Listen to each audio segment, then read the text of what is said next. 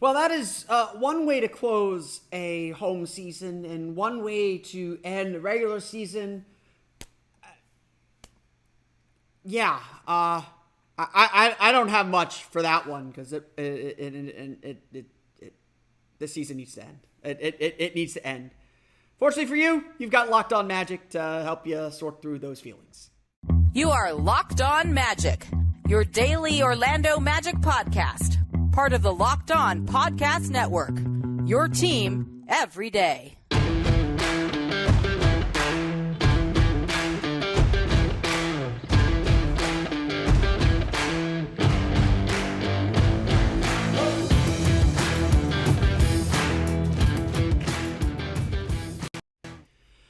And you are indeed Locked On Magic. Today is April 7th, 2023. My name is Philip Rossman-Reich. I'm the expert and site editor over at OrlandoMagicDaily.com. Of course, follow me on Twitter at PhilipRR_OMD. On today's episode of Locked On Magic, the Orlando Magic sit everybody.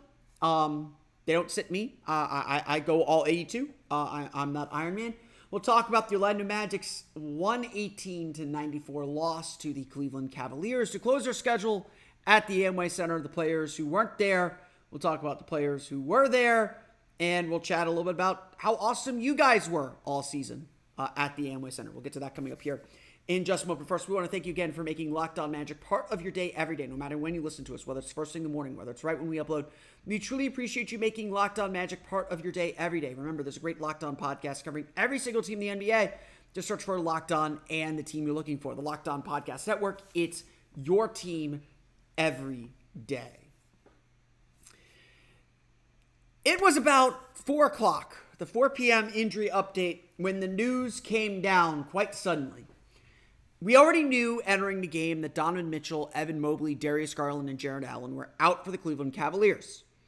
All that was listed on the Magic's injury report throughout the day on Thursday was that Jonathan Isaac would be out with, of course, the hamstring injury that's kept him out for a while now, for the hip injury or whatever injury it is. I don't even remember anymore.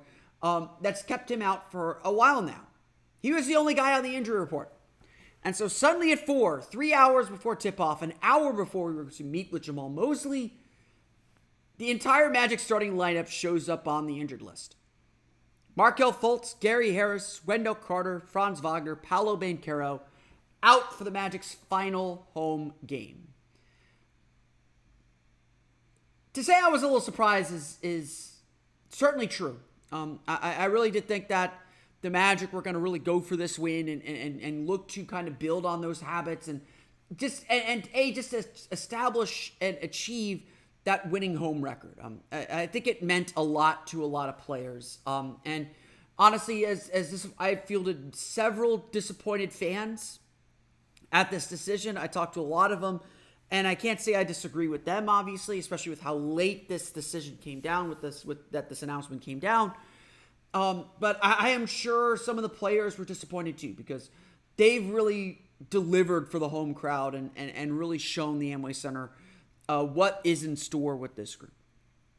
That, of course, did not mean the Magic did not have a chance to win. That, of course, did not mean that the Magic could not win on Thursday night. But we got, I think, what we all expected.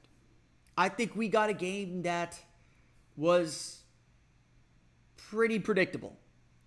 Someone was going to score, someone was going to dominate, someone was going to have a big game. And with two teams not playing their starters and really playing their deep bench guys, not even playing their regular bench guys, it was definitely someone was going to step up and take this game.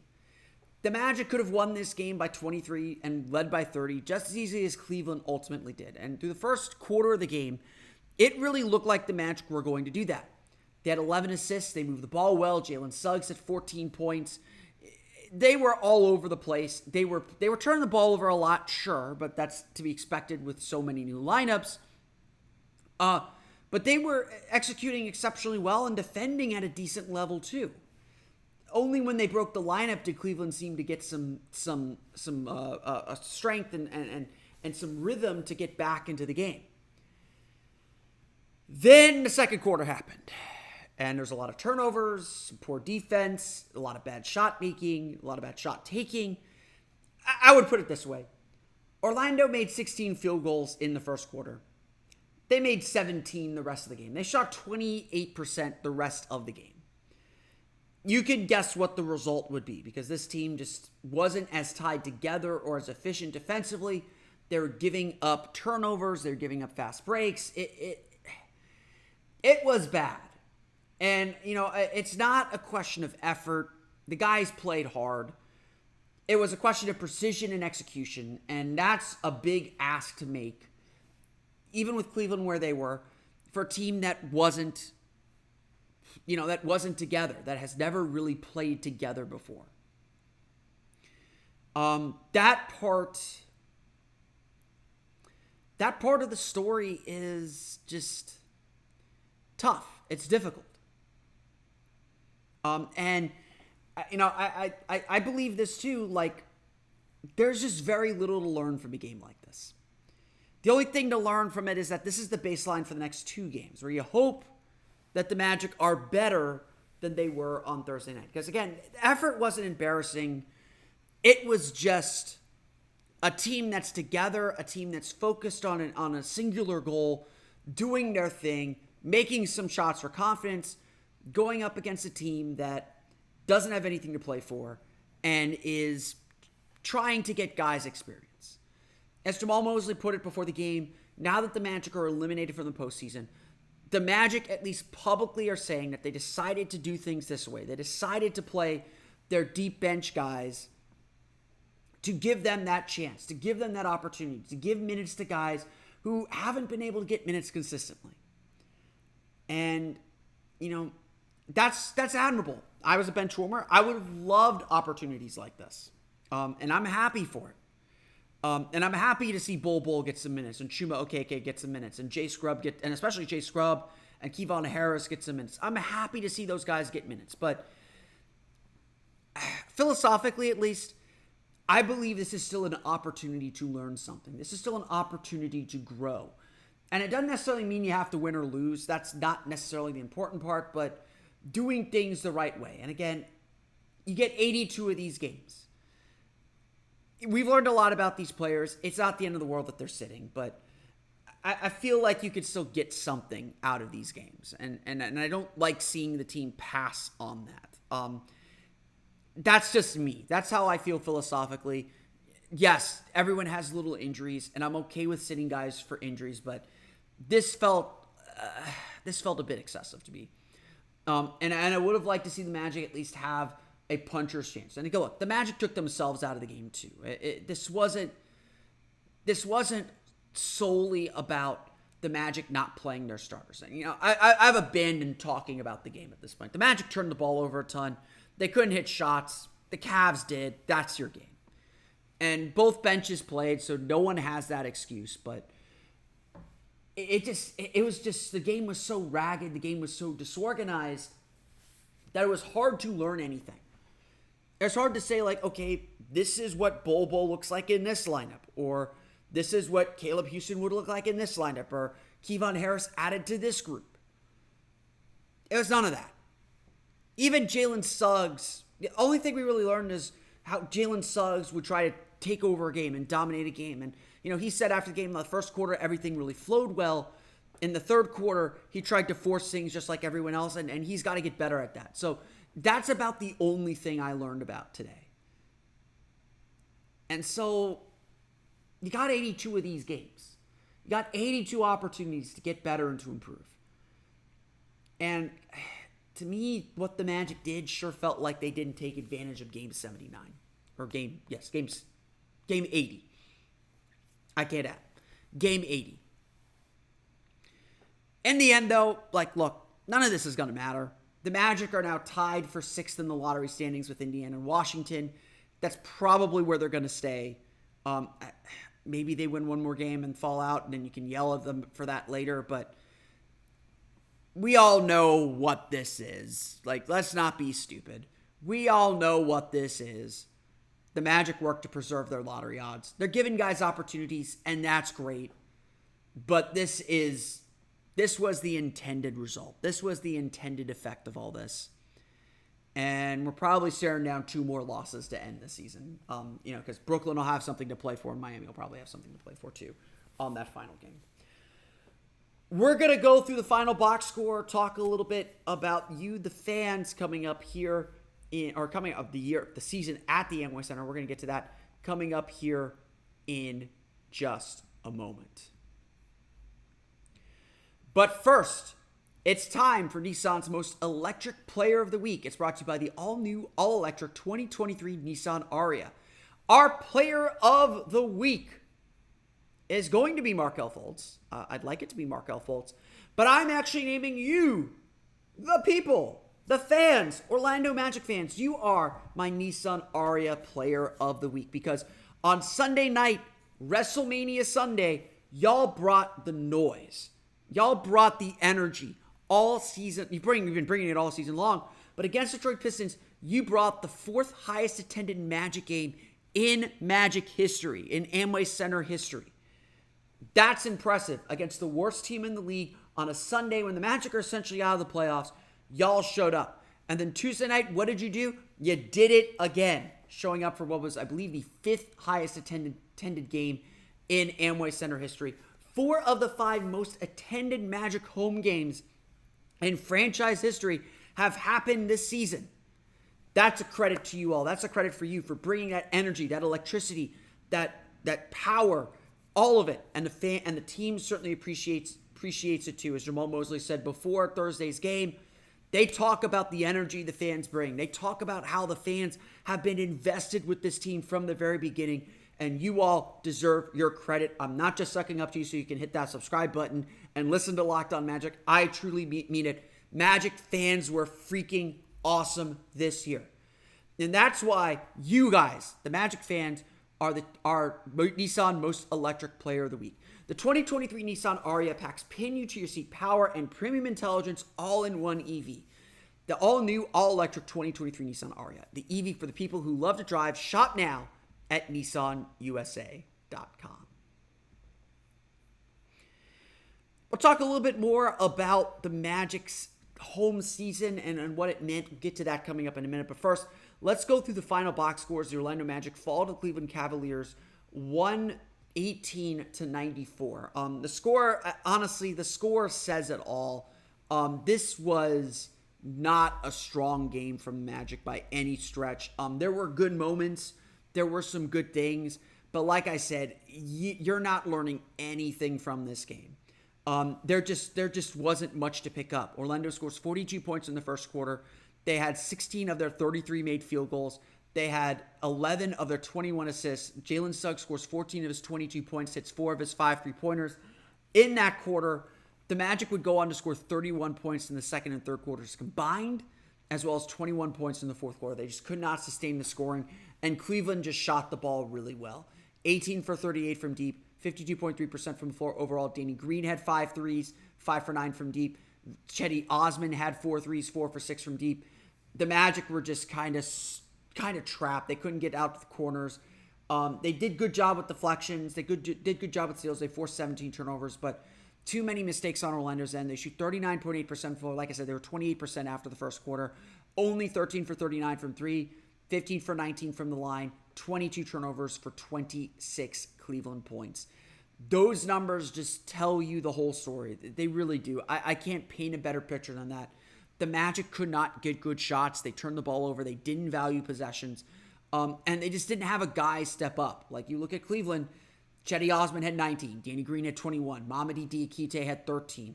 Isaiah Mobley had 18.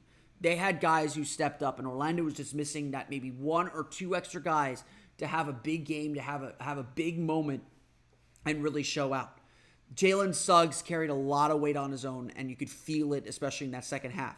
He scored 22 points on 7 for 15 shooting, 5 for 9 from deep. He had a great 3-point shooting game. 5 for 9 doesn't feel like it's great, and certainly suggests that he wasn't attacking the basket as much as he maybe should have. But he was hitting that shot, and he hit 4 of his first 5 in the first quarter. Really led and powered that Magic team to their big lead, to their big first quarter, to the big moment that they had early in the game. He brought the energy, and look, Jalen was trying. I think he fell into the trap as much as anyone of trying to do too much on his own. He only had 2 turnovers, so he certainly wasn't the worst in that category, but this Magic team really got stuck trying to do a lot. Bol does that, 18 points, 6 for 15 shooting, 8 rebounds. He had 4 turnovers. Jay Scrubb did that a little bit, 11 points on 4 for 6 shooting. He had some nice plays. Scrubb is a scorer. I thought he played really well in his first extended run. He played 27 and a half minutes. Eager to see him play the rest of the season. The Magic do have him on a 2-way contract for next year as well, signing him to a 2-year deal. Kevon Harris had 8 points but 3 turnovers. Admiral Schofield at 7 points but 3 turnovers. You're kind of seeing the hints here. Mo Wagner had 9 points, 3 turnovers. They really needed Mo Wagner to have a better game. Mo Wagner just 3 for 11 from the floor. If he's shooting 500, I think this game's a little bit different. They have a better inside presence. They trust Mo Wagner to be a little bit of a better scorer, and in this game, they really needed him to kind of step up to give themselves a good interior presence, and that just didn't come. Made a lot of mistakes, made a lot of bad bad plays that hurt this team. Again, the Magic just needed someone to step up and do just more than they're accustomed to. If we have all these stat lines minus the turnovers, and you have Paolo Banchero in the game and Franz Wagner in the game, and you know what they can do, they're fine. I think Jamal Mosley said after the game, he was asked the feeling this year compared to last, or Jalen Suggs was asked this, the feeling this year compared to last year at the season ended, and Jalen said, we're no longer a rebuilding team. Now we're trying to figure out how to be consistent, how to be good every single night. We have the pieces. We just have to be good every single night. And this is a great example of that. It doesn't matter who's in. You got to be consistent. You got to have that level of consistency. And that's really what was missing in this game. Again, the numbers are pretty simple. I can go through the paint numbers too if you'd like. I know that's one of my indicators. Magic got outscored 46-38 in the paint. They got outscored 14-10 in fast break points. Orlando wasn't able to convert the mistakes that Cleveland made in the same way that Cleveland converted the mistakes Orlando made. And look, Orlando just couldn't find easy shots. They just couldn't find easy baskets and easy opportunities for them to score and to kind of break the spell that they were under through the middle quarters. It was a rough game. It was a really ragged game. Both teams looked like they were playing groups that hadn't played together, that weren't completely organized. And that's fine. That's excusable. That's allowable. But the Magic just did not have anyone step up to the plate and make the plays and make the shots that they needed. If we're looking for improvement still, this is the first game with this group. Hopefully we see them play a lot better on Friday. Because again, there just isn't much to say about this game. The Magic just were not good. And that's why I want to move on. And that's why I want to talk about the home season as a whole and what the Magic were able to accomplish at the Amway Center. We're going to get to that coming up here in just a minute. But first, a quick word from our friends at FanDuel. There's the beautiful banner. The NBA playoffs are almost here. This Sunday is the end of the regular season, and now is the perfect time to download FanDuel, America's #1 sportsbook. Because new customers get a no-sweat first bet up to $1,000. That's bonus bets back if your first bet doesn't win. Just download the FanDuel Sportsbook app. It's safe, secure, and super easy to use. Then you can bet on everything from the money line to point scores and threes drained. There's so many great player props, player points, rebounds, assists, etc., and so many more exclusive bets like the 2x3. 2 3-pointers scored in the first 3 minutes. Plus, FanDuel even lets you combine your bets for a chance at a bigger payout with a same-game parlay. So don't miss a chance to get your no-sweat first bet up to $1,000 in bonus bets when you go to FanDuel.com/LockedOn. That's FanDuel.com/LockedOn to learn more. Make every moment more with FanDuel, an official sports betting partner of the NBA. I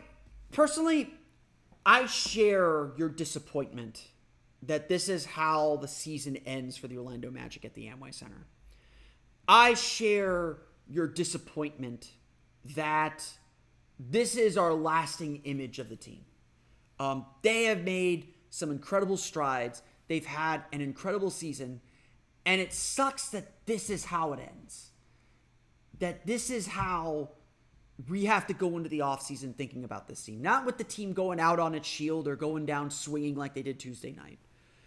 But essentially packing it in and waiting to fight another day. I had friends who were at their first Magic game of the year. Talking to them, I warned them like, "Hey, Cleveland's not playing anybody." And then when I got the call from about the Magic sitting their guys out, I was like, "The Magic are sitting everybody too. It's gonna be fun. There can be some fun moments, but it's gonna be ugly." And boy, was it! It was not good. Because frankly, like, that isn't who this team wants at the Amway Center. Every young team wants to establish their home court as a citadel. That is where they're going to get their wins.